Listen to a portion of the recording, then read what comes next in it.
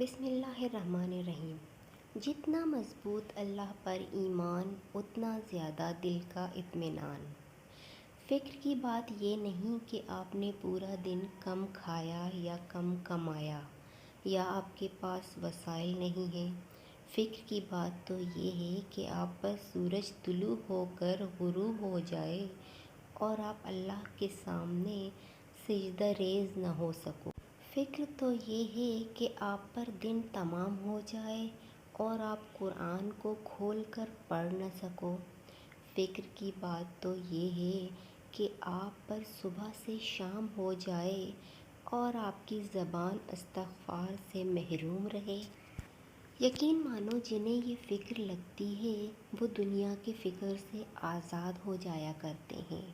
اگر آپ کوئی بہت اچھی کتاب پڑھنا چاہتے ہیں، ایسی کتاب جو آپ کو گمراہ بھی نہ کرے اور آپ کی زندگی بھی بدل دے، تو وہ ایک ہی کتاب ہے قرآن مجید۔ یہ وہ کتاب ہے جس میں کسی قسم کی شک و شبہ کی گنجائش نہیں، پرہیزگاروں کے لیے ہدایت ہے۔ قرآن پاک دل کا سکون ہے۔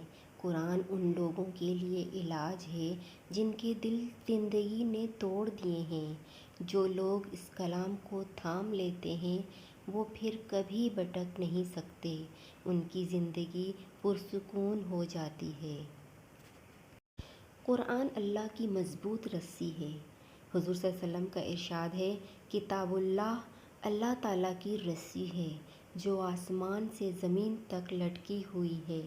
قرآن کو رسی سے اس لیے تعبیر کیا گیا ہے کہ یہی وہ رشتہ ہے جو ایک طرف اہل ایمان کا تعلق اللہ تعالیٰ سے قائم کرتا ہے اور دوسری طرف تمام ایمان والوں کو باہم ملا کر ایک جماعت بناتا ہے۔ اس میں آل عمران کی آیت کی طرف اشارہ ہے۔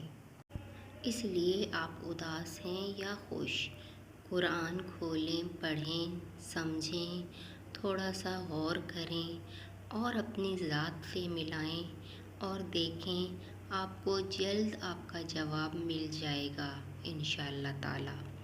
کیونکہ کسی دل کو قرار کیسے دینا ہے، یہ دل بنانے والے اپنے بندوں سے بے انتہا محبت کرنے والے کریم رب سے زیادہ کوئی نہیں جانتا۔ جزاک اللہ۔